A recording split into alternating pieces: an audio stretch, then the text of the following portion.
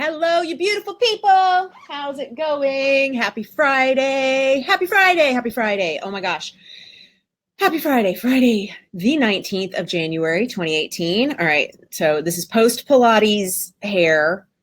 It's a little much. I think I'm going to put it up on top of my head so I don't mess with it. Hey, Kim, how's it going? Because that's to me the most annoying thing is that I can catch just enough of myself in the monitor that if my hair is making me crazy, I'll play with it the whole freaking broadcast. And that's like the most boring show ever. So hello, Sonia, my BFF. How are you, lovely? Okay, so pardon my armpits for a moment while I get this shit taken care of. Going to just slap it up on top of my head so I don't even see it. You have laryngitis, Kim. Oh my God. You know what? I had laryngitis once when I had like this whole bunch of speaking engagements, and it was really crazy because I kept going, like I couldn't cancel them. And so I just kind of whispered through my talks, and it was a little weird. I'm not sure I'm going to have enough light. Okay, it's like really dark out. If you're in Santa Monica, if you're here at the beach, you know this. Like, apparently a storm's a coming, and there's like all these dark clouds. I haven't even looked at my weather app to see what is actually going on in our world here weather-wise, because I'm about to go out of town. So I'm really excited. Well, tomorrow is our SMFA retreat in Los Angeles. We do this 4 times a year, and we've been sold out on this one for a while, like waitlisted, sold out. It's crazy. Pilot season, though, which is, of course, the topic for today. So I'll get into that in a moment. So tomorrow is all day intensive with SMFA ninjas, many of whom have come from out of town because it's pilot season. And so as a part of being here from out of town, they are spending the day with us. In this bit of badassery that we will share. And then on Sunday, I'm out, headed to the desert. Keith and I are going to do a little break at our amazing hacienda out in the desert, which is, of course, where we host our elite SMFA alumni retreat. It's not the retreat that we do in LA. This is my, hey, Lori, it's good to see you, sweetheart, where we do our escape. Our SMFA escape, and it's in Mineral Hot Springs with shooting stars, and we don't charge extra for the shooting stars, but they always come. It's amazing. And so we are going because they've been doing some renovations, and we're going to go take a look at the new grounds and make sure David Piggott is the best David Piggott. How are you, darling? Make sure that the place is the way we need it to be for our elite alumni retreat that we will be doing in March. Whee! Gavin, good to see you. You've got a second producer callback. Congratulations. Good job. You booked that room. You booked that room. Good job. All right, everybody. So we're going to talk pilot season. If you're in LA, and there are other markets that have a little bit of a pilot season as well. If you're in LA, you've noticed, and you'll start to notice even more next week as people start to come back from Sundance and come after having gone to Sundance, not having been here first. So there's no coming back, but coming from Sundance, you will notice a bunch of out-of-state license plates. A bunch.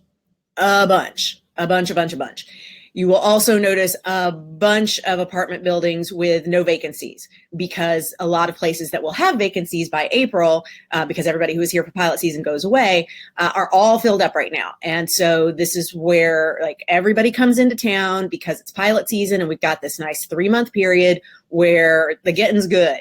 It's like, this is the opportunity to book the show that is going to change your life. And so that's kind of what I want to talk about, and why this is called Pilot Season's Real Opportunities. And that is because there are so many people who come at this from a place of, this is pilot season. I'm going to get my pilot. I'm going to get my series. I'm going to be a household name in a few months. Everything's going to change. And you ain't never booked a co-star on an ongoing series. And so we need to talk. If that's you, we need to get a little more real about what is likely to happen and what is possible and where you should be focusing your attention perhaps instead. Because it doesn't mean that there's no opportunity for you. It just means your opportunity is shaped a little differently than someone who has been going out for pilots for a while. Because just like at any tier for actors pursuing any of the tiers. We've got, the copy credit meals tier. We've got the just joined the union, or I'm going from non-union into the union. I'm going from union first paid bookings to ongoing at a higher tier. I'm starting to say no to some of the things that I was doing before. At one point you have to say no to copy credit meals or you'll never get paid, because there's no end to the number of people who will ask you to work for free. Period. I still get asked to work for free every damn day. And I've been at this for the longest. Never will the request to work for free cease. They just never stop. So you have to be the one to say, I am done working at the copy credit meals tier because I got enough copy, I got enough credits, and I ate. I'm good. I would like to now be paid some money and I'll buy my own food. Copy credit meals tier is a great tier to be when you're getting started, when you are trying to show that you've got ability and you're trying to show what your brand is and you're trying to make sure that the buyers are aware of how to cast you. Copy credit meals is fantastic because you do projects that show up on IMDb. You do projects that result in some footage. You get fed while you're there. Hopefully you're treated incredibly well because you're, basically doing a favor for somebody else's project. Unless you're doing it for yourself. Hey, Jill, good to see you, gorgeous. You are then going to take that momentum from copy credit meals and start saying no to it. It's time to pay me. And sometimes that's, you need to start paying me in gas money. Okay. And then sometimes it's go from gas money to now you need to actually pay me $100 for this little day. And then maybe it goes from you pay me $100 for this little day to, oh, wow, now I'm up to the SAG minimums. And so now I'm getting a few $100s for this day. Or now I'm going from co-star to guest star. So we go from $1,000 day to a $10,000 week. And a week is technically only 3 days working. So, but you're committed for the week. These are the tiers roughly within all of this. Hey, Mike, good to see you, sweetheart. You are going to go from tier to tier to tier. And until you have been through quite a few of these, pilot season really doesn't mean the same thing to you as you may think. And a lot of people get super excited about pilot season in that mindset of, I'm going to come to LA, I am going to get known right away, even though I've never been in any of these rooms before. And this network is going to create this new show that is built around me and my brand and my personality. And I am going to be the star of the show based on me and how awesome I am, even though the last job I worked on was for a slice of pizza. Let's get a little realistic. The space between the I got paid for a slice of pizza, I got paid in pizza, all the way up to I am now a household name because of my series. There's a lot of pilot seasons between those two realities. When you start to see someone who comes out of nowhere, this is a biggie. This is why it kind of gets twisted in your head, because we create it, we sell it, we sell the spin. We Hollywood, we're all complicit. We all sell the spin that you can come from out of nowhere and nobody knows who you are, and suddenly you're a household name. And because we all sell that spin, it makes it seem to people who are out there pursuing and hustling that perhaps they got a chance at making that true for themselves. And that's the thing, though. We can sell the spin, but we got to be aware it's spin. Like, you can't watch TMZ like your grandma watches TMZ. So if your grandma watches TMZ, she's probably, oh my God, my grandmother would so love TMZ. She passed away in the early 90s, but my God, she would, oh God, she would love TMZ.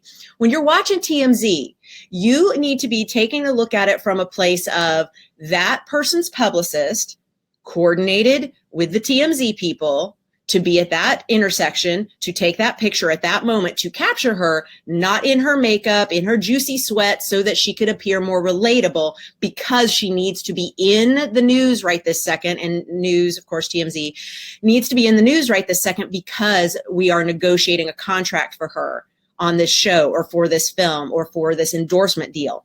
And so this publicity, this thing that happens outside Craig's is a fantastic example of the kind of spin that we're all a part of. So when you are watching those things happen, hopefully you're going, okay, the publicist made sure that happened.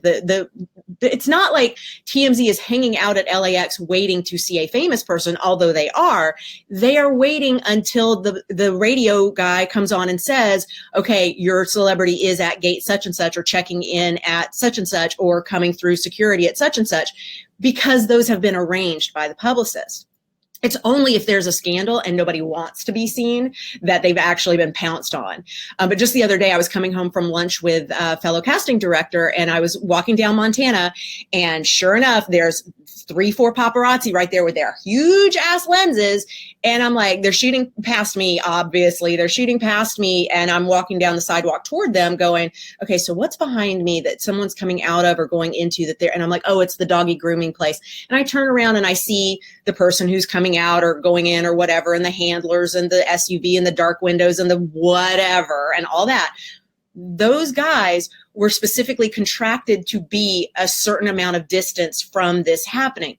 They'd been planted there for a while waiting. They could have been right up at the front door, but what they had made a deal with the publicist on was just catch a glimpse, not be all up in her face, because there was no reason to be up in her face. It was just we needed to see her out and see that she's real. And she takes her own dog to the doggy grooming place.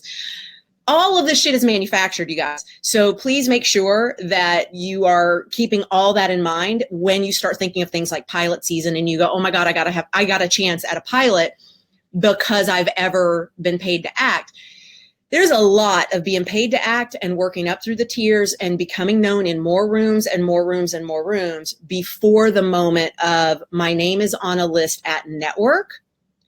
Network has approved me for this. And network and the sponsors and the investors of this publicly traded company are on board for me being the face of this series that is going to be a part of their Thursday night rollout or whatever, for example. Okay, so there's a lot of people that have to get on board for the kind of person that is going to be the face of a new series. And so during pilot season, the conversations that are going on already, like right now, even though everybody's at Sundance right now and will be for about a week because everybody comes home before the second weekend for some reason. I don't know. I like to stay the whole time, but whatever. A lot of people will be coming back before next weekend. You got to because of the Golden Globes, right?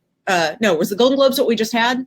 What did we just have? Did we just have the Golden Globes or the SAG Awards? Oh, SAG Awards is what's coming up next. Grammys first, then SAG Awards. My God, award season. I need to do a broadcast on award season. I know, that's coming. Anyway, already while everybody's at Sundance right now, there are lists that have been made a long time ago at the networks. And when I say networks, I'm also including, Hulu and Amazon and all the new media. And oh my God, Facebook now has several series that are about to be a part of its rollout for the first quarter. I don't know if thank you guys for sharing this broadcast. I so appreciate that.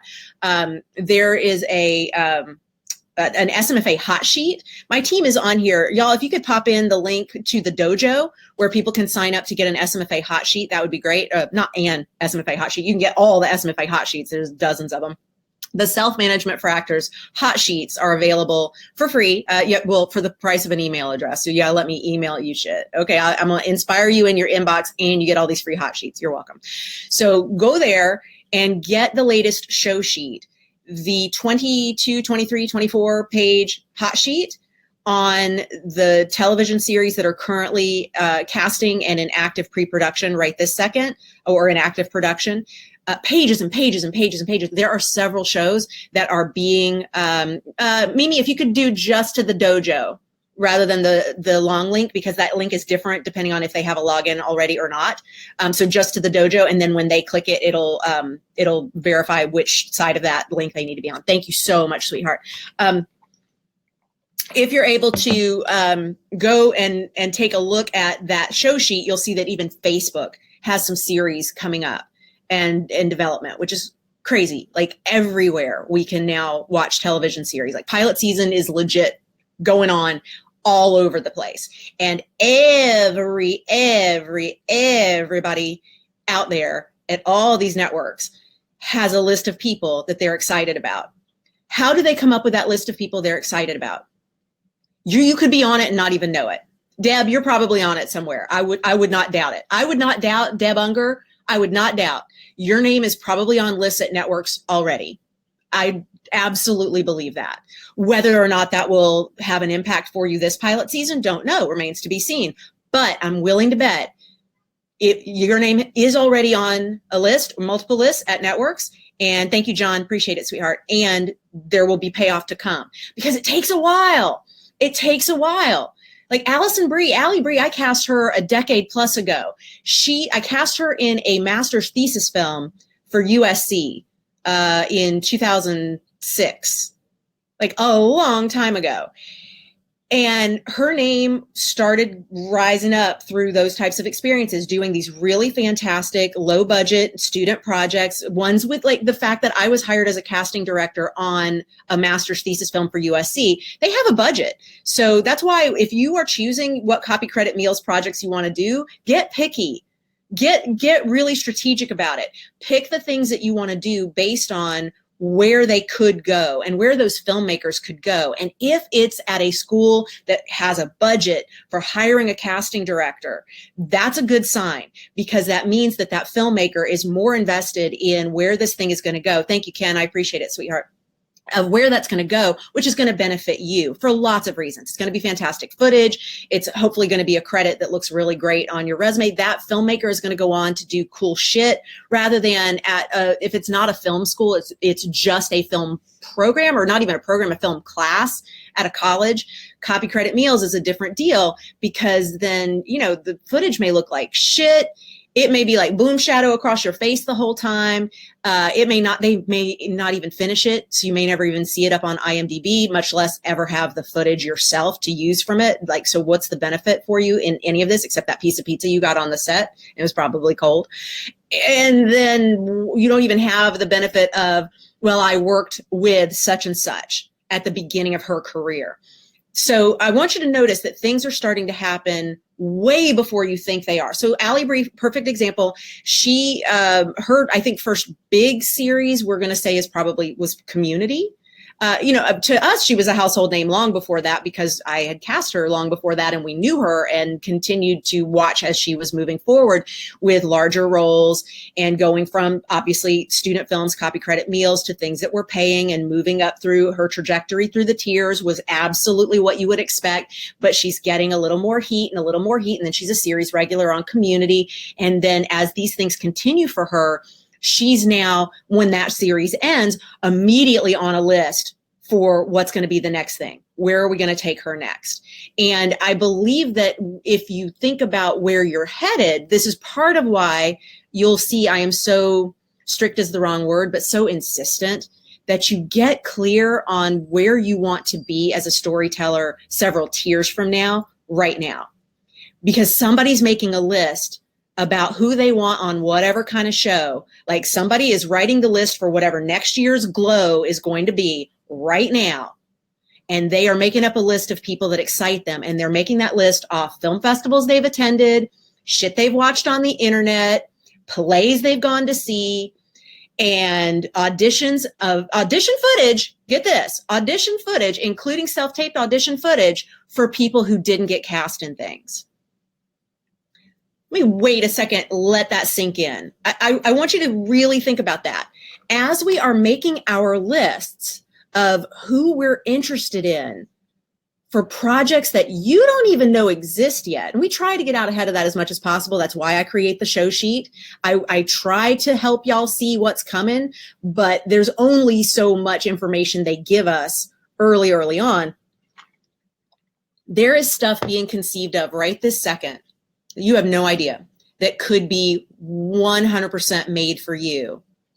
What have you been doing at the previous tiers that earn you a place on a list at a network or in an exec's office where they are developing a show like this so that when it is time, you get requested for the audition? One of my clients, oh my God, I'm going to tell you an amazing story about one of my clients. This is not pilot season related, but you can easily adapt this to a pilot season situation. He knows who he's supposed to play in a franchise film a franchise series of film. I'm going to leave it at that because a lot of y'all probably already know him and know the film franchise. So I'll speak vaguely. Those of you who know him are going to be like, I know who you're talking about. And he may even be on here. Don't know. I haven't seen yet. But planting breadcrumbs for I am this guy in this franchise as it gets developed has been his full-time job since he started coaching with me several years ago. Even before we first had our session, he knew this was something he wanted. He just didn't have a strategy for how to make it happen. So we sat together and plotted out, how do we find the people who are going to be hired to write the script, who are going to be hired to adapt this, who are going to be the production company personnel behind this. And then, of course, who's going to be the studio that shepherds this, and who are the people that you can start to make contact with or connect with organically right now, years before the need is there.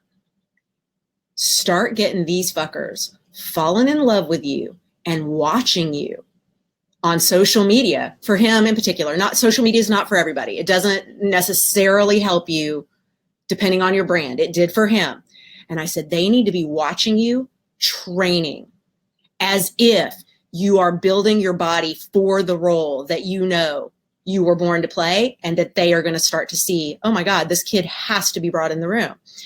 And so he texted me a little while back and said, you will never guess who just slid into my DMs telling me that there's an opportunity for me to have a meeting based on how he's been watching me doing my thing on social.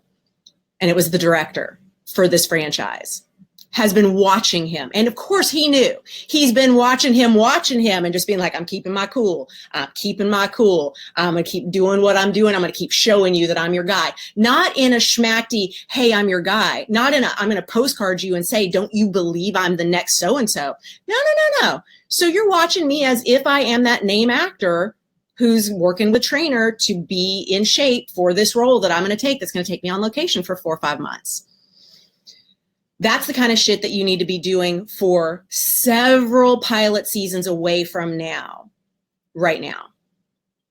Because if what you're doing now is saying, gosh, I hope I can get in on a pilot, you're missing what your real opportunity is right this second. Your opportunity right this second, unless your name is already on a list at network like Deb, your job right now is to fill in the gap that has been created by all the agents and managers who are holding their actors away from ongoing episodics because they want to keep them available for pilots.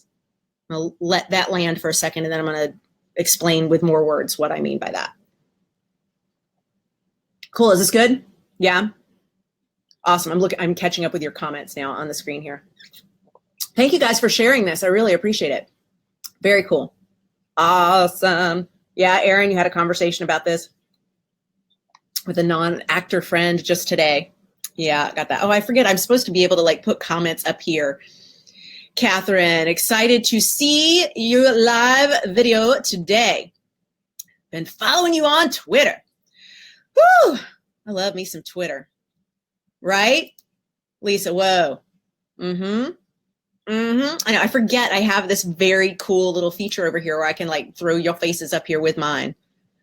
I forget. I got toys. I get too excited about the topic. Freddie, thank you. Inspired you to create your own project. Yep, Ken, that's the way.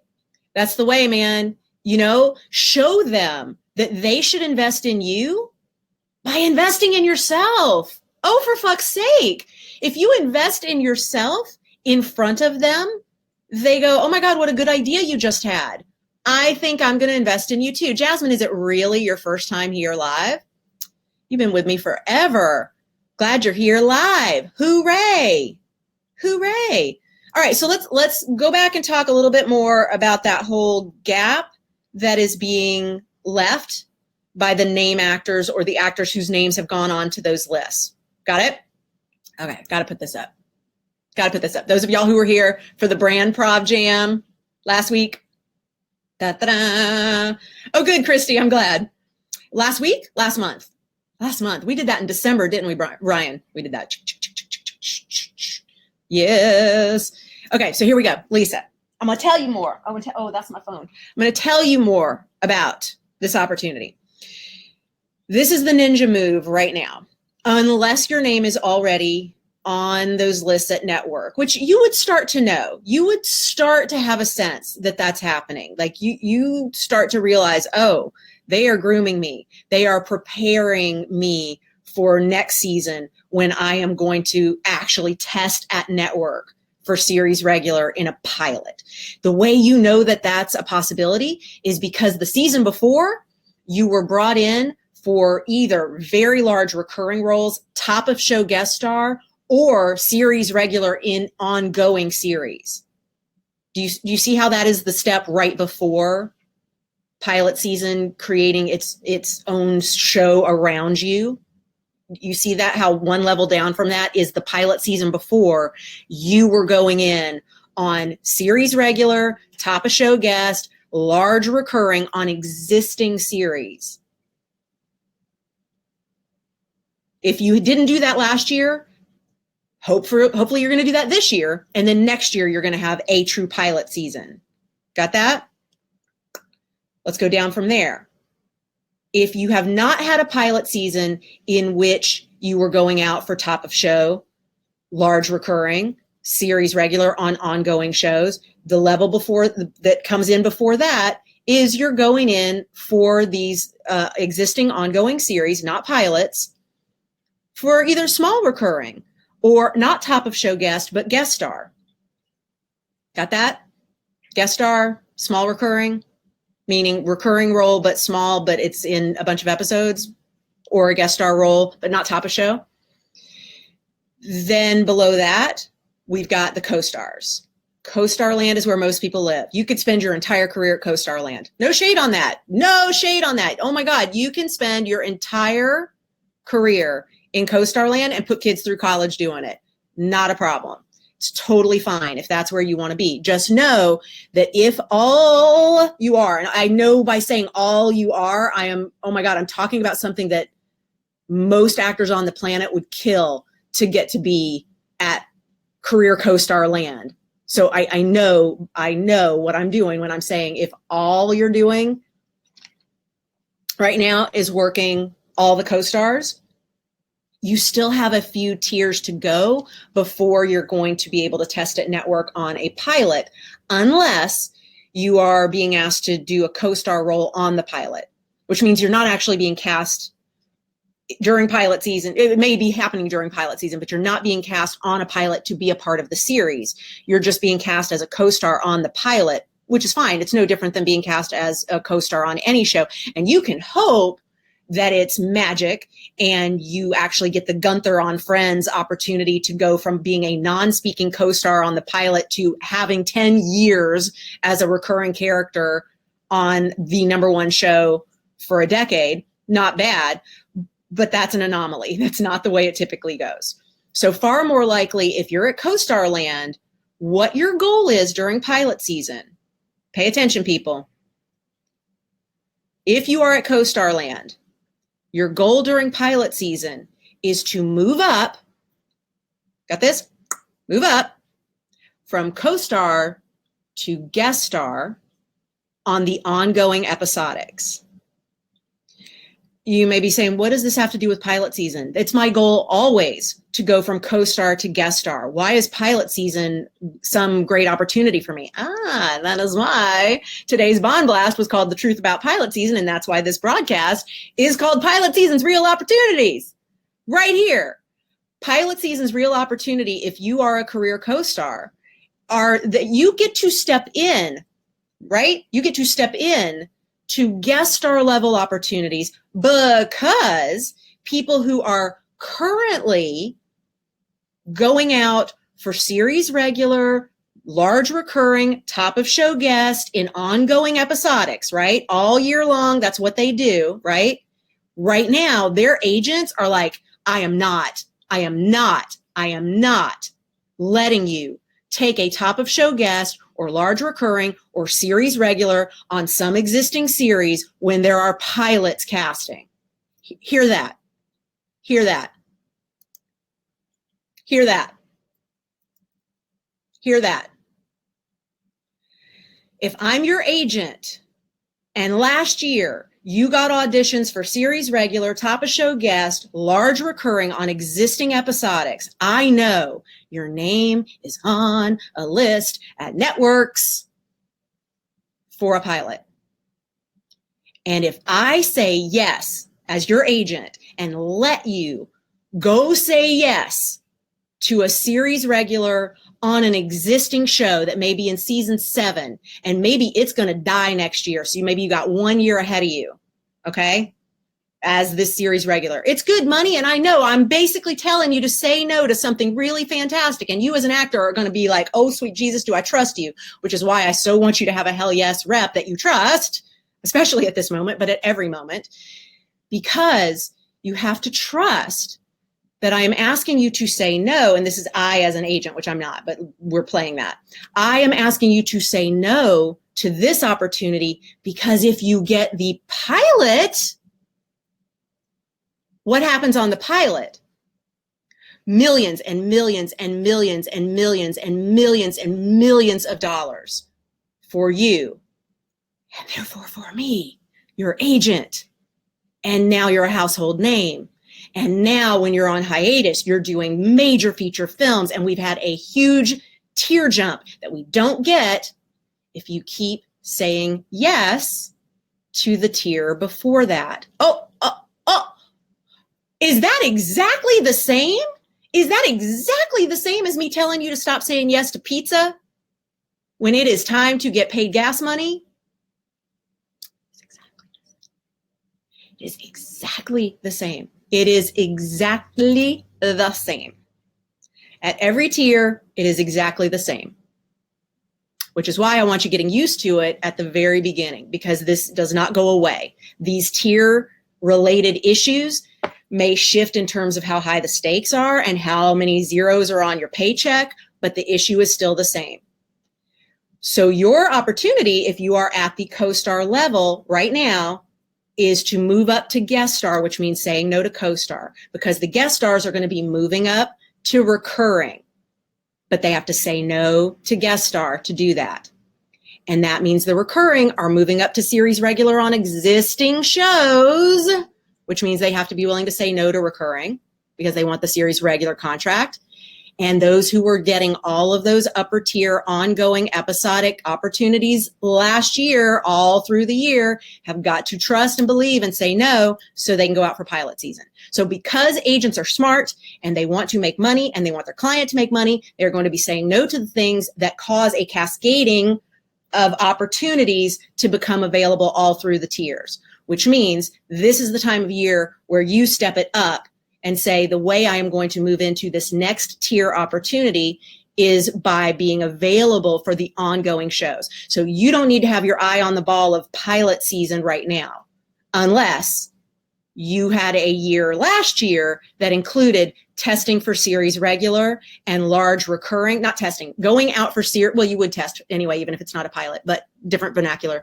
You are going out for series regular and large recurring and top of show guest on ongoing episodics last year. This year, then we need to talk about pilot season. We need to strategize what that's going to look like for you. And you need to be prepared that they're going to fly you around and put you up and parade you out in front of a bunch of people in suits. You're going to sign 60-page contracts before you've even had a chance to read a word. There's going to be a lot of zeros on there. You're going to be really nervous and scared about it all. It's all going to be great because you prepared for this because it's part of your ninja training. You started this from the very beginning. You are always preparing yourself for what it's like to be a butterfly while you are in the cocoon, and for fuck's sake, damn sure while you are still a caterpillar. That is what that is all about.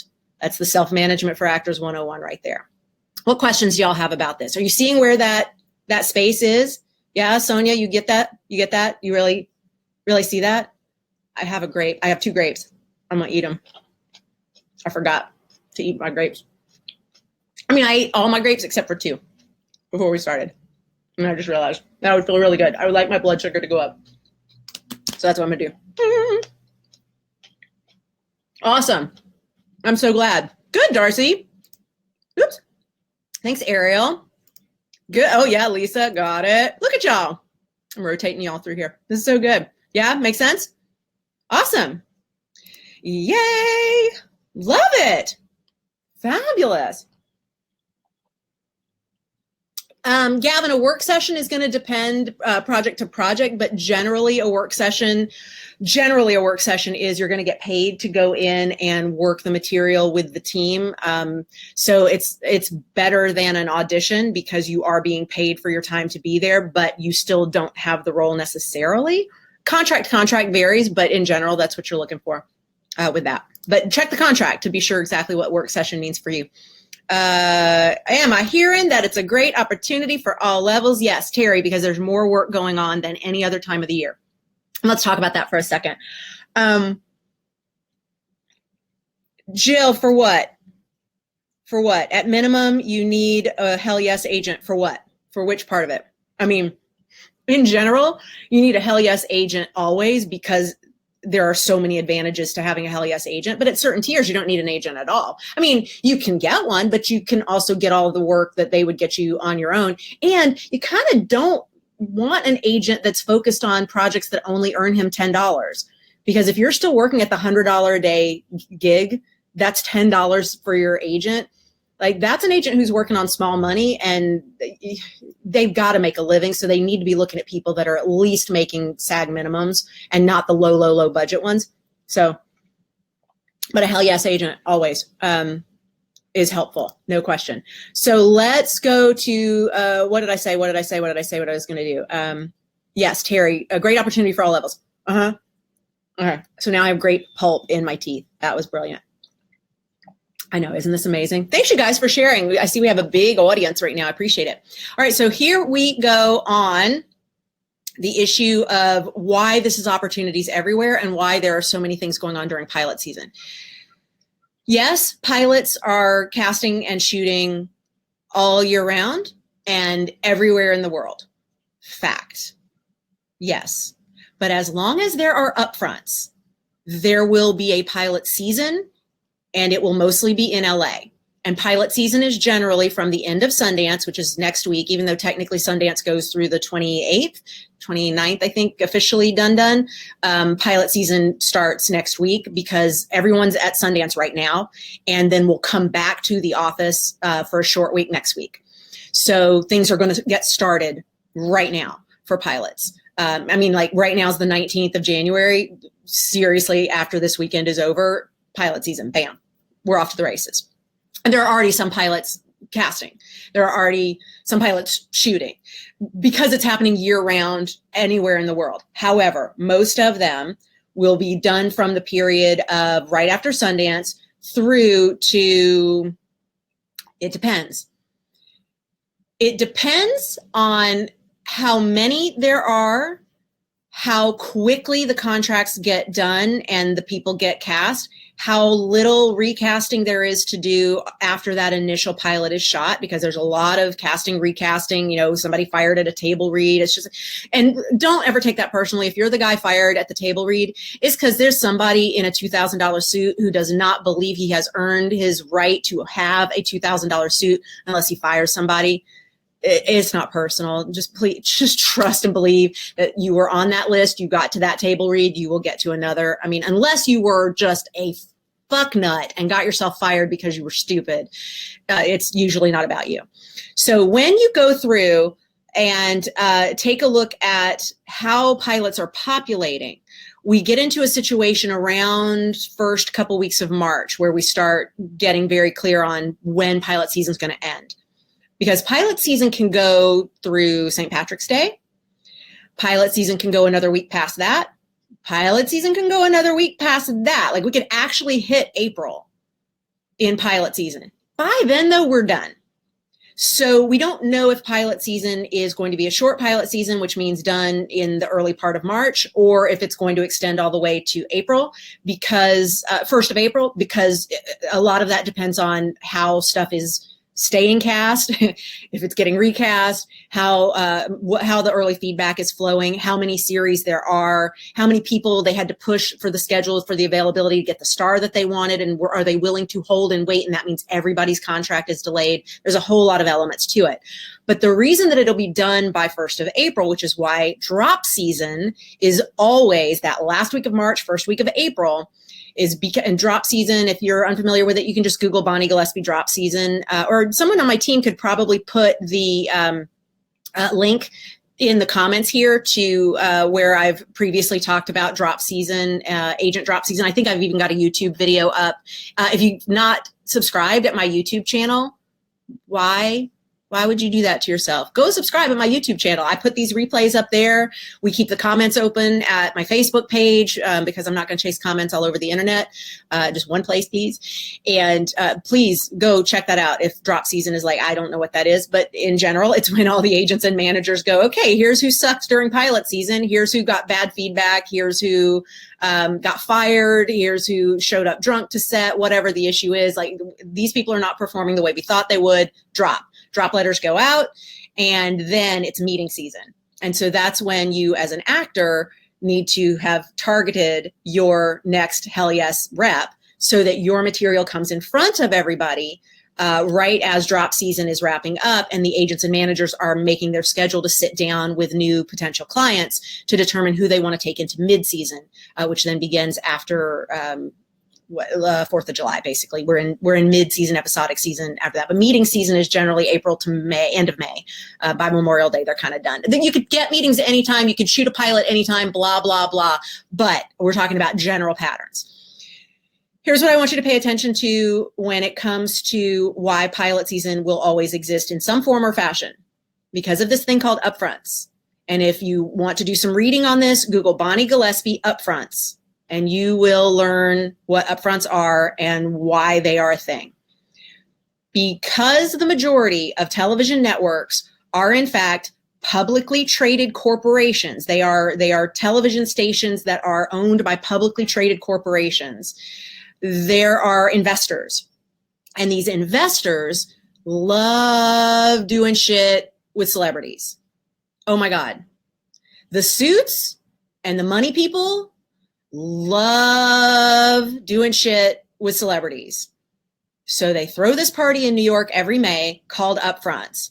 And it's where every network rolls out for the advertisers, here are what our shows look like.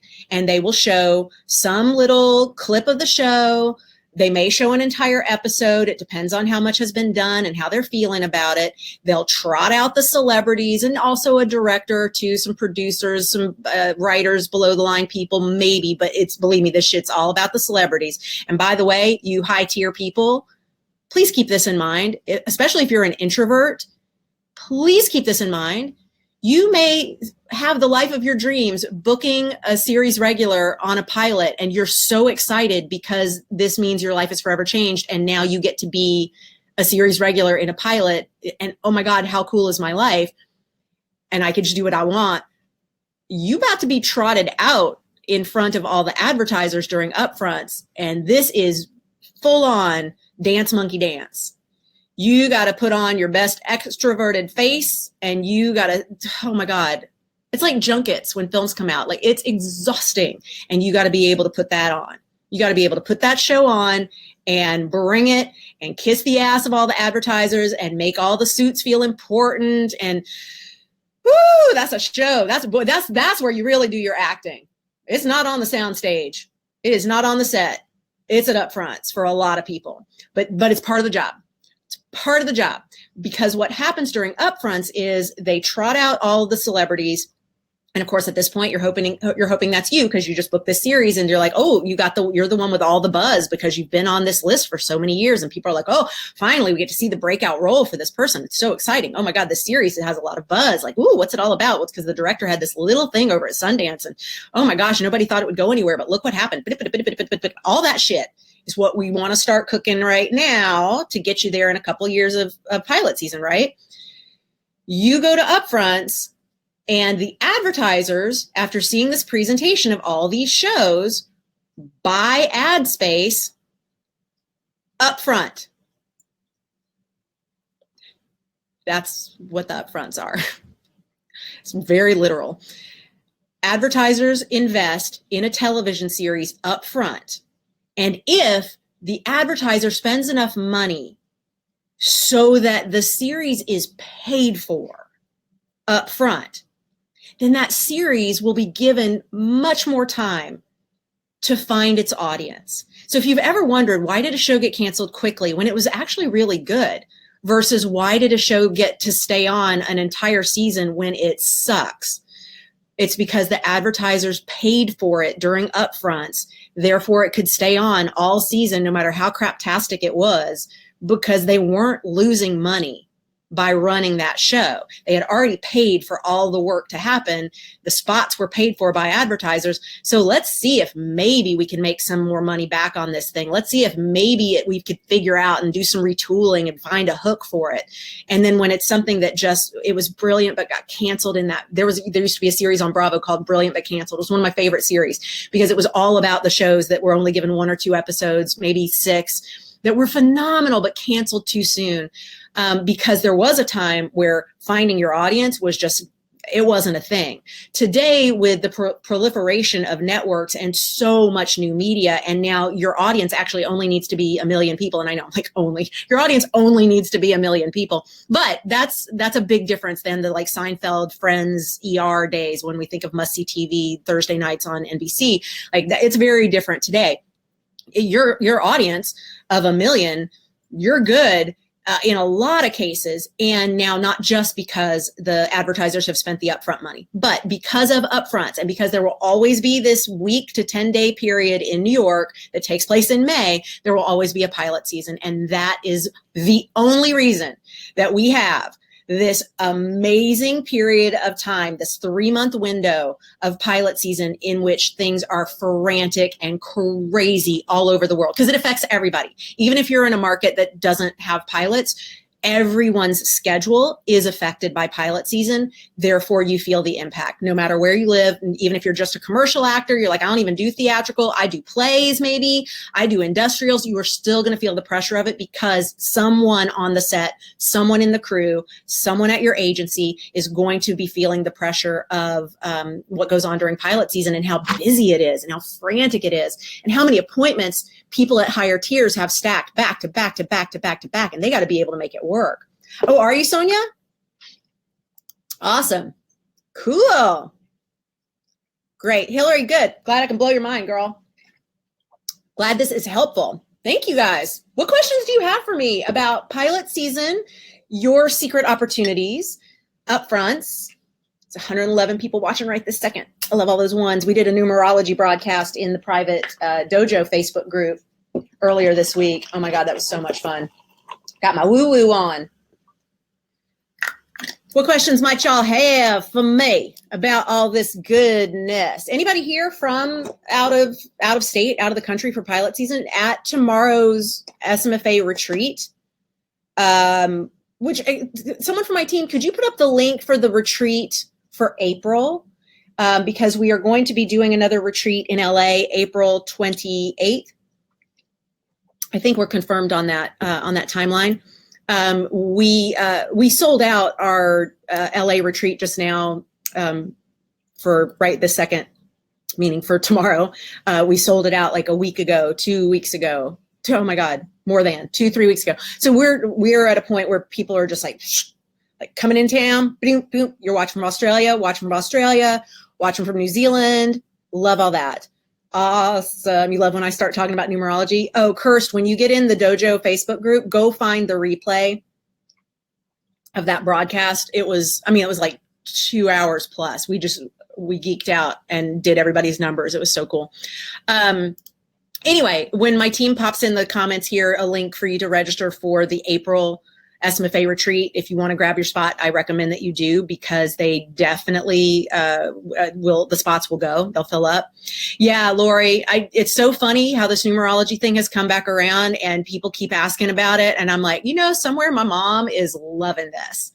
She has to be loving this, because she always said that I was able to do the numerology faster and better than even she was able to study to learn how to do it. I'm just like, I'm okay, whatever, if you say so.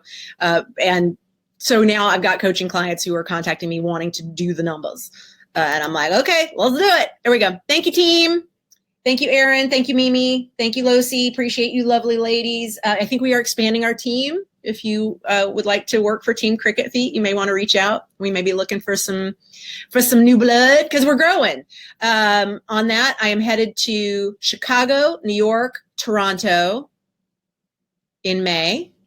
And in October, it goes New York, Barcelona, the Greek Isles. Has nothing to do with self-management for actors. That's just for me and Abraham Hicks. And my friend Vicky. We're going to have a blast. And then after Barcelona, though, I am apparently now, we've just added, going to Berlin and then London and then back to LA. Because apparently I'm going to do something with eTalenta in Berlin. What the? There's so much. There's so much. There's so much. Lindsay, you want me to hire you? Lindsay, reach out to Erin. Do it. Reach out to Erin. Let's find out. Let's find out if it's a good fit. Cool. Thank you very much. Questions you might have for me about pilot season, about upfronts, about numerology if you really want to. Kim, virtual right now. It's virtual right now. We may grow it to more in-house as we get there. I love my team. Love my freaking team. At what point, hang on, Deb. At what point should an actor start going to previews, upfronts, and the like, getting those step and repeat pictures? Okay. It's challenging for an actor to get access to the upfronts. We tried this actually last year with Jen, in fact, because I was like, girl, you need to get to the upfronts. And we angled with her publicist and everything, trying to get to like the after parties and just to be there, to be seen and be in that world. It's a little complicated and a little locked down because it is so focused on the cast of the shows and the execs. This is so a party for the execs. So what I would do, Deb, for you is worry less about trying to get to upfronts, but you definitely want to y'all, I want you to pay attention. This is an upper tier strategy. When you are trying to be perceived as upper tier, I had a coaching client just yesterday who didn't realize she had a massive tier jump. She didn't realize. She's like, I'm so frustrated that I'm not seeing people doing what I'm doing. And I don't know who to look for as a pace car. And I was like, oh my God, you have no idea. You are a pace car for so many people. Like your career is holy crap, want that career for so many people. Like every freaking celebrity in her demo reel and just phenomenal tier level stuff. And I was like, okay, here's what we got to do. You need some pictures in your IMDb of you on some red carpets in front of Step and Repeat. You need to be out at art auctions. You need to be at screenings. You need to be at, she's not in this market, but Paley Center type things that you could do in New York or LA.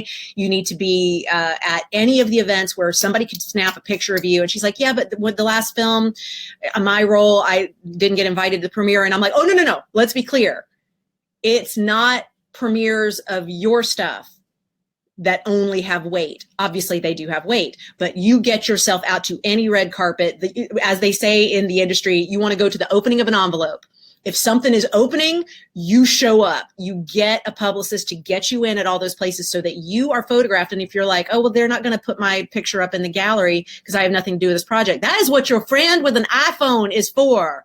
Right there, right? Standing next to the people who are taking the pictures for all the fancy press outlets. Get those pictures up on IMDb so that it looks like you are next tier, and that when you are cast in something of that higher tier, you understand that part of your contract is to go out and do press. You understand that part of your deal, part of the thing you're paid for, is not just to be a series regular. It is to go sign autographs. It is to go to events. It is to be a public persona. And even if you hate it, you show up to all the shit because it's a part of what your contract is. So you start planting that seed for people by having things in your photo gallery on IMDb and on your personal website and your social media. If you're the kind of person whose brand supports having all those things, it's not for everybody. Sometimes the mystery is far better. Depends on your brand. You want those things out there so that the buyers start seeing them and you're perceived as someone who does higher tier shit. How you like that? So at what point, Deb? You at that point. You at that point. Deb, you past that point. Go do it. Go do it. Go do it. Bye, Andrea. Thank you for joining me. Based on all the goodness you've shared so far, Henry, let me see if I can see all of this. Sounds like if we're heading for the co-star tier, it's good to wait to submit for agents till drop season. Is that correct? Yes. Henry, yes. If you are right now headed to co-star, first of all, I want you to think this through. Submitting to an agent right now, if you could get a meeting with someone, I want you to really think this through. You're going to get a meeting with an agent who is willing to take his eyes off the prize for all his current clients during the busiest time of the year to take a meeting with someone who hopefully can earn him some money booking co-stars someday. I want you to think about that. And I know like you're going, I can book. I've got all the potential. I absolutely can make my agent money. I know that.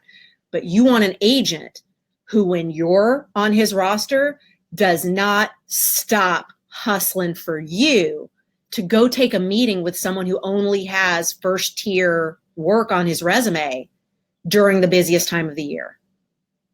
Make sense? You want the kind of hell yes rep that is so fucking busy right now they can't meet with you. Oh my God, this was always hilarious to me. This is the time of year where for decades now, my God, not decades. I'm lying to you. It's not decades. It's for, oh my God, it's decades. Holy shit, it is decades. I've lived in LA for almost 20 years now. Holy crap.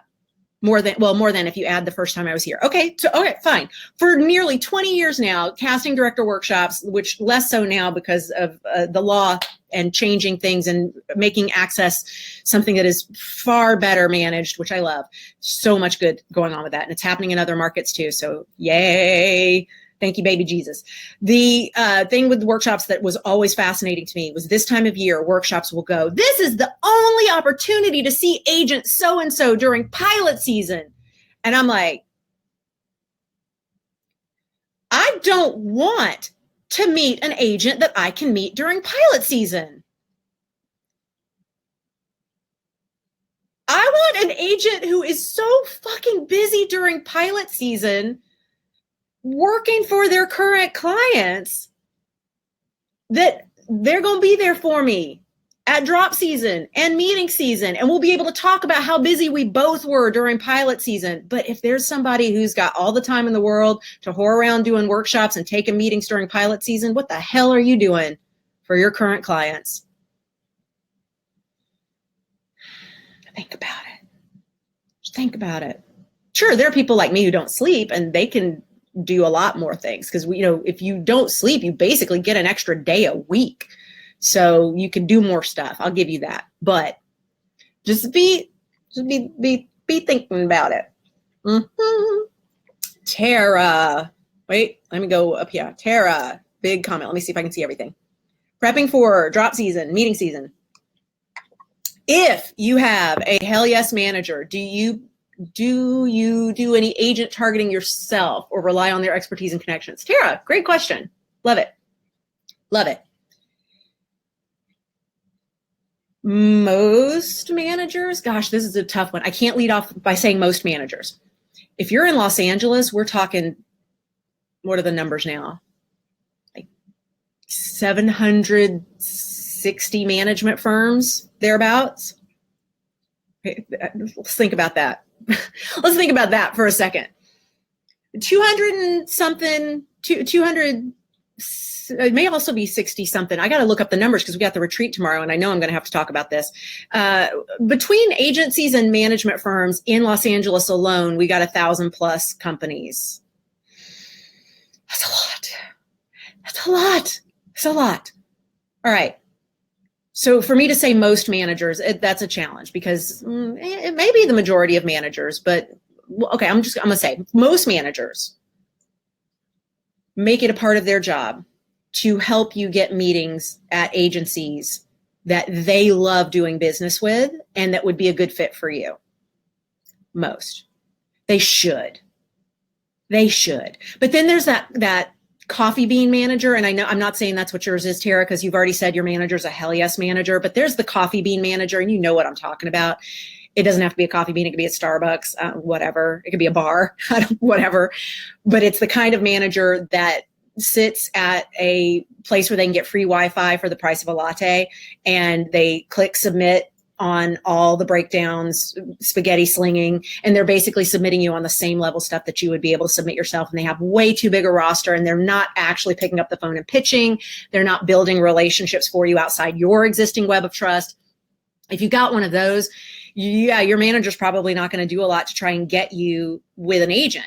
But one of the best things that you can hope for is that your manager sees that there's a place where you could use a little extra coverage because of your type, your brand, your targets. And so a manager knows, I don't have relationships with everybody. I don't have relationships with every buyer. Yeah, I could probably get somebody on the phone in most offices, but I don't have tight relationships with everybody.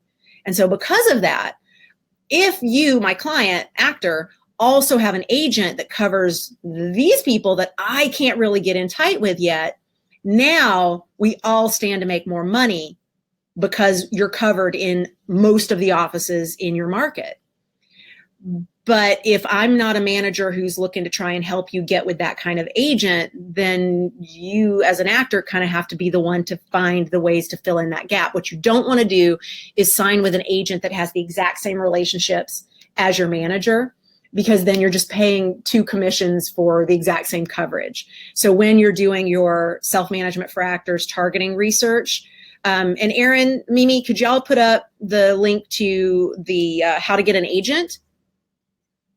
And I just realized I have to coach in a half hour. I have a coaching call in a half hour. Okay, so I can't stay on forever. Not that y'all are asking me to stay on forever, but I'm like, this is a lot of people still viewing, and we just hit the hour mark, and I got to remind myself that I've got coaching, so I can't be here forever. If you could put up the link for the how to get an agent video, this is actually one of the most popular ones I've got up at YouTube right now. If you just put in Google Bonnie Gillespie, how to get an agent, I did a video on the targeting process. And it's really important when you're going through the targeting process to make sure as you do that deep dive of self-management for actors work, and this is all covered in the book as well. So if you don't have self-management for actors, please get it. 4th edition, 4th printing. Wow. Amazing. Please take note of whether your agents and managers have different relationships, complementary relationships, or if they are doing the same thing. Because if you're just getting double coverage, you're paying twice commission for people that have the exact same reach. And so what's the point? You want them to have complementary reach. I like to say having both an agent and a manager is like being the kid of divorced parents. Because sometimes you got an agent and manager co-parent really well. They do business beautifully together. They cover different territory, and it's awesome. And then sometimes they don't get along, and sometimes they use you as the way to torture one another. And you don't want that. You don't want that. If you've got an agent and a manager, you need to make sure that they get along really well, or that they at least can do business very well together. Yes, this is what you want to look for right there. That's the direct YouTube link. Y'all can click that. I know on the screen you can't click it, but in the comments here at Facebook, you can click that link, but you can also just Google that phrase and it will show you up. It will show, please have a retreat that is not during pilot season. May we please have a retreat that is not during pilot season? Oh, you mean the SMFA Escape is at the end of March. That's the end of pilot season, baby. Is that too close for you? We did it right at the end of pilot season. March 22nd, what are we, 22nd to 25th? The SMFA Escape. The thing with the Escape is that we also, we compete with Coachella because of the location. The place that we rent out for the SMFA Escape is often rented weeks before Coachella by all the fancy people that go perform there, and they rent the place out. So we always have to deal with that schedule, not just our schedule and pilot season schedule, and just weather-wise, because at some point it's too hot to go there. At some point it is too hot to go to the desert. I will tell you that. All right. Got all that? Oh my gosh. Hi, Lee. How are you? Look at my relatives are here. I love it. That's so cool. Thanks, y'all. Getting a network co-star sans agent. How is it done? Build those relationships through your web of trust, Lindsay. Obviously, back when workshops were still hot and heavy, you could buy access to a casting director who is a target, for a network show that you would be great for doing a co-star on, and you're able to then get in front of that person for the price of the workshop. And I think, oh, yep, my light is going out. And now y'all get to see me do my tech. Yes, it's only if we don't book and sells out before we know. I know, that's true. You're right. You're right, Jen. Lindsay, you, with workshops the way they used to be, you would just go buy access to a person that you know you need to get in front of, and then they see you, and you don't have to have an agent to make magic happen. In a post-workshop world, it's still possible. It just requires that you do, hopefully, stuff you were already doing as a ninja in terms of the recon about these people that you're trying to get in front of. This is my little $8 light kit. You like that? It's pretty powerful, because otherwise you see the light changes, goes in and out. Pretty focusy, darky. All right, now I got to reset this whole thing. Oh, wow, new batteries. I look 10 years younger with new batteries. Ooh, cheekbones for days. All right, so anyway, the same kind of way that you always were running your research on these people, connecting with people through social media, if that's their thing, or at least lurking on them, studying them through social media, going to panel discussions that they're a part of, asking non-jackass actor questions, creating your own content and dropping it like breadcrumbs down the path for them to get to see you and be aware of the kind of work that you do. Really just starting building those relationships. Yes, obviously having an agent or manager is going to make it easier, because then they can just pitch you directly. And they could say, hey, I've got this new client. You've got to take a look at her. You've just got this one-line co-star. She's perfect for it. And they can kind of make that they can broker that relationship for you. But without an agent, it really is just that slower boat of building up those relationships, getting people aware that you exist, and having them say, man, you're awesome. I could throw you a line on this show. And you're like, what a great idea you just had. But you've been laying out the bait for that for the longest. Let me know if you've got questions on that. Let me see. Awesome. Oh my God, that's so sweet. That's so sweet. Can't imagine getting access to this level of insight and knowledge anywhere else. Well, if my hair were down, I would do like that. I'm glad you are enjoying the info. I love doing these Facebook Lives, and I will continue to. Now that we put the SMFA, the Self-Management for Actors Facebook group, on hiatus for a little bit, coming in and doing these Facebook Lives, of course, is even more important, because it gives us an opportunity to connect. And I can answer some of y'all's questions while we're here, even on other topics. Excellent. Cool, Zandy. I'm so glad. And Zandy, I saw your tweet about connecting with parents of young kids while you're an actor, and like having conversations about how do you manage your schedule and your life when you've got a family. And I know that there are folks out there that should want to connect with you as well, to have conversations about, well, here's what I do. And I loved one of the responses you got on Twitter about how, and now I can't remember who posted it, about how she always involves her kids in conversations about what she's going off to do and what it is that's happening, so that there's this real connection about, well, I'm going away, but here's why, and here's what's happening. And then there's excitement when we're back and able to really involve that. But I know you're also talking about time management. And one of the things that we have in Getting Gear for the Next Tier about being able to wake up without an alarm and training your brain to not be so tech dependent, days 15, 16, and the decluttering of all the digital mess. And I know that there's a lot that if you've got small kids, your clock is run by they got to eat or get changed or whatever it is that's going on. So I certainly understand that that's a little different with that point. Let's see, during pilot season, is it more or less likely for a non-union actor to be brought in and Taft-Hartley for a co-star or guest star network role? Kristen, it is almost a never that you're going to get Taft-Hartley for a guest star, because the way Taft-Hartley finds work is they are tied into the size of the role, and therefore the contract level of the role, and therefore the pay of the role. So guest stars are minimum, union guest stars are minimum 10 grand for the week, and the week is like 3 days work. So you're not going to be Taft-Hartley most likely on a guest star, because they've got to prove that they couldn't hire any other actor to do it. They had to go with you to bring you in the union, and they're going to risk a fine, and that fine is going to be 10 grand plus, not a lower amount like it would be if you were booking the co-star. I think I have that right. Or maybe it's 1 day's pay rather than the full contract of the week. But if your contract is for if you're on a week minimum of 10 grand, it may be that. I need to double check what TV does for Taft-Hartley fining. But the point remains the same. regardless of the dollar level, it is higher on a guest star than it is on a co-star. On a co-star, sure, it could happen, but it is far more likely that they are going to go with someone who's already what we call SAG-AFTRA eligible, because someone who's non-union, there's the risk that they are going to come down and smack a fine on the folks in production for having gone with an actor who's non-union when there are so many union actors of that same level of qualification available. And so to avoid the fine, they're going to say, look, if you're already eligible, we'll cast you, because then we trust that you can go down and pay your membership and pay your dues, pay your initiation, and be a part of the union.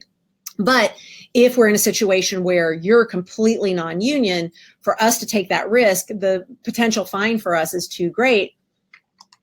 There are some shows that have a better track record of doing it than others, but with budgets tight the way they are and with so much going non-union entirely right now, the last thing that people want to do is incur a fine for something that is avoidable. And because it is avoidable, if they just cast a different actor, they're probably going to go with someone else.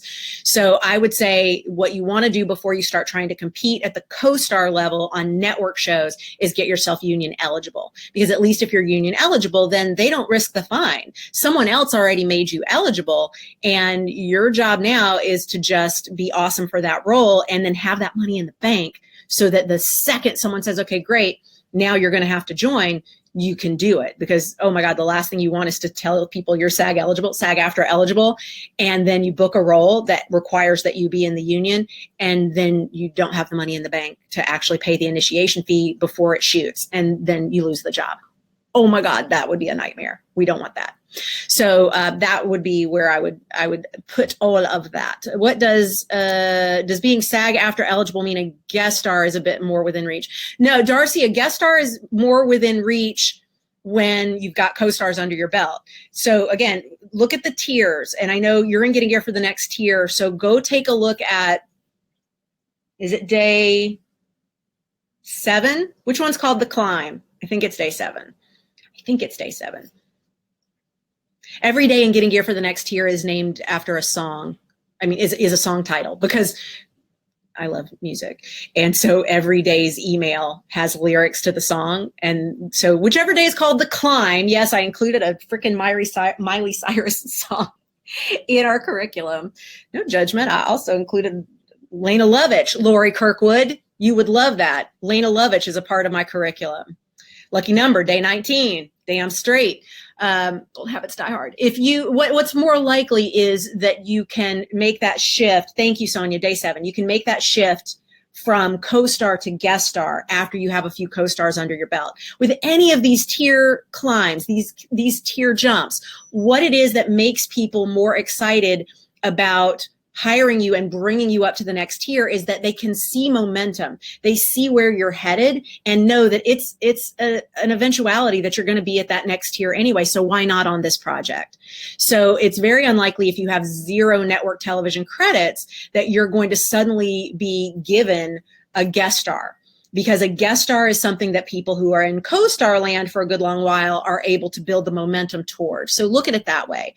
And I think that will help with the shift. But I mean, yes, certainly being SAG-AFTRA eligible is going to help you in lots of ways if you are at the tier where you're really feeling like the non-union life may be soon over. If the non-union life is not soon over for you, and let's call it pre-union, if pre-union life is something that you are not yet finished with, don't join the union yet, and just stay eligible if you're eligible, but keep working that non-union goodness, because you can get some amazing footage, you can build fantastic relationships, you can make your paper, and you do all of that while you are still able to say yes to the non-union work, which depending on your market could be a lot. Like if you're in a market that does a lot of corporate non-broadcast industrial stuff, you're working non-union all the time. Fucking do it. Don't lose that opportunity because you cut yourself off to it if you join the union too soon. So don't do it because you think, oh, if I join the union, suddenly now I'm in a fraternity that gets me more likely to be cast. It's still as hard, if not harder. And you can cut yourself off too soon to opportunities that exist at the tier where you currently live. All right. I got to go because I got some coaching going on. I already had some coaching this morning, and then I went to Pilates, and then I have coaching again this afternoon. And then tomorrow, we have the SMFA retreat. Oh, Erin, thank you for putting that up. Or Mimi, team, beauties, lovely, wonderful people. Thank you for putting this up.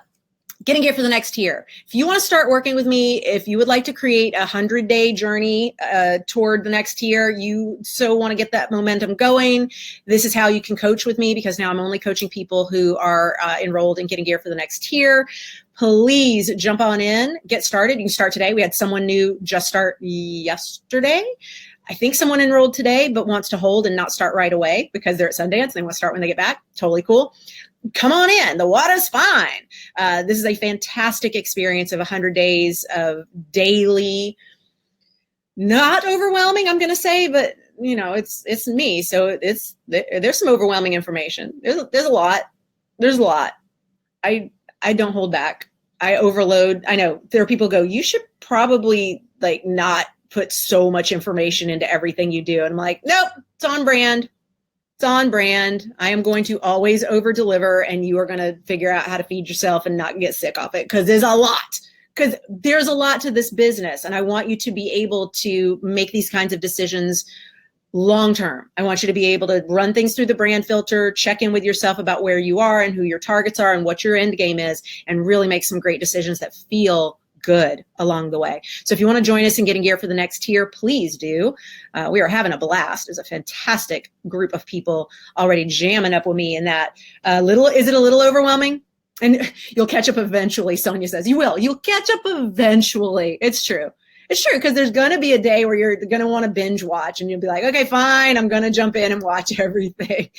Yeah, exactly. I would rather you have the info and then decide what you want to do with it than have me held back something from you. Like, well, I don't want to hold back information that I have that can help you. It's deep and amazing. Thanks, Darcy. Cool. So glad. So glad. Yeah, Alex, Keith made me put in the breathing days. He's like, you gotta let people rest. And I'm like, nope, there's shit to do. I got knowledge to share. This is important. He's like, you seriously have to let people breathe. And I'm like, no, you work out every day. And he goes, do you work out every day? And I'm like, yes, and sometimes twice a day. And he's like, and then what happens? I go, then I get hurt and I'm out for a week because I threw out my back. He's like, right. So maybe you take some days off. So yeah, sometimes the assignment is to breathe. Sometimes it's to play. I really like those. I like the ones that are play days. Those are really fun.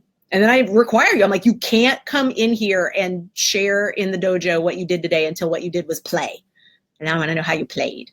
Good. Thank you, Dava. I will be looking forward to welcoming you in. If you join, just know if you join on Monday or Sunday, I'm going to be in the desert, so we may be a little slow in getting you in. And also your day starts at midnight Pacific. So like if you want day one to be Monday, you have to join Sunday because the emails go out at midnight and we need a little time to get you in there. Okay. They're your favorites too, Alex? Oh, good. I'm so glad. Yeah, I'm so looking forward to going out to the desert. I like woke up in the night 3 times last night and just said to Keith, thank you for taking me to the desert. He hasn't even taken me yet. I'm like, thank you for taking me to the desert. Just thank you for taking me to the desert. I really love my little breaks there. Y'all follow me on Instagram and I'll be sharing some little tours of the property. They've just done some renovations and apparently created a screening room. And I'm like, what? Not quite sure how that's going to work out in that space, but whatever. I'm going to take some Instagram stories of the space and case the joint to see if it's big enough for us to add a few more people to the elite alumni escape that we're having in March. Okay, BonnieGillespie.com is where you need to go for any more information. At this point, that's what we're just going to do. I'm going to tell you that. I'm going to close this off because I got to go. It's time to get prepped for my coaching session. I need to take a look at all the materials that this awesome actor has sent to me to review. I looked at them when he sent them before, but now need to focus my energy, change gears, be present. Hope you are present for everything that you're experiencing in your lives, and hope this weekend is set up to be phenomenal for you beautiful people. Thank you for jamming with me about pilot season and its real opportunities. Continue to comment here at the Facebook replay. If you're watching on YouTube, just head over to the Bonnie Gillespie page at Facebook and jump in the comments and let us know how things are going for you with all things pilot season and life. Love you beautiful people. Till next time, stay ninja. Mwah. Bye. This is the part where I always wonder how long it's actually still broadcasting. So just in case.